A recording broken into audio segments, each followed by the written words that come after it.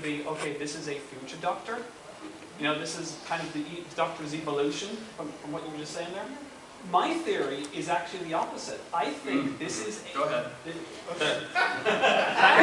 President Lars actually thinks enough of my theories that he's afraid he's about to be spoiled. But for what it's worth, I think actually that is the first Doctor. That is the original Doctor before he left Gallifrey. We know something horrible happened in his life to drive him out as a refugee. It's never really been touched on beyond that, and I think that's where they're going to go. This is the original, this is the Doctor before he became the Doctor, maybe to atone for whatever horrible thing he did. Maybe when he looked into the Great Schism, he did go mad like the Master. And then after going mad, he then went, oops, my bad. And one of the first I couldn't hear that. You were saying that the Doctor was a hyper-evolved penguin, right? That's Frobisher. Okay.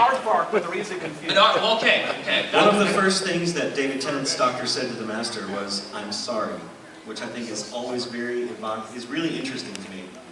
Is, you know, that it implies that they've got some kind of history where the Doctor actually wronged the Master. Maybe the Doctor, you know, maybe Tennant was just apologizing to everybody. He was like, "I'm sorry, I ate breakfast." I'm also told this is what my British friends say. Okay, this is not me as a dumb American. This is what they tell me. That if you're British, apparently you apologize for everything. And apparently, if some, because my novelist friends tell me, if somebody like treads on your toe and gives you crushing agony, you apologize to them somehow. This is just something they do. So he might be just in that mission. Maybe, but I don't know. But anyway, we got a couple. Yes. I was going to say I was a little disappointed with the Cybermen. Oh yeah. You know, like where they go from here, rebound from that. well, apparently it's a virus that travels in space, robot worms that can infect anybody. Well, what particularly disappointed you? I actually did like the new ones. I just didn't. I don't know how you characterize. I guess it was the same problem they had with the Borg next gen, but the making them special again. Instead it was a kind of episode about maybe the Doctor versus himself in a way. I mean, I know that wasn't really the story, but the chess game and all that. I agree. They don't know what to do with the Cybermen anymore. Right. Nobody.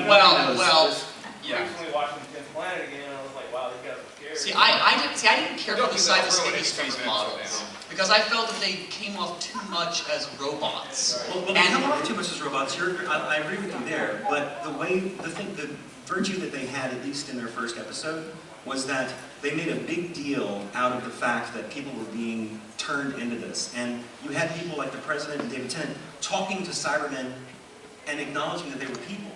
You know, that is true. You know, who did this to you? Who were you before? And they're like, doesn't matter. And we actually saw a character that we like and care about, Jackie, alternate Jackie, but whatever, get turned into a Cyberman and lose her identity. The Cybermen used to have a philosophy and a way of life and a way of looking at the world that was antithetical and different to ours, but, you know, they don't have a philosophy anymore. I really hoped that Neil Gaiman would give them a philosophy back, but he didn't. He turned them into personalities. I felt to look at them, they were actually more akin to the old Mondasian model than, again, the ones that came before them. So just in design, I thought that was an improvement. They're at least moving back to it's a skewed, broken mirror human image. I thought the Cybermen were finally the Cybermen again for me in the Star Trek Doctor Who crossover novel, the little graphic novel.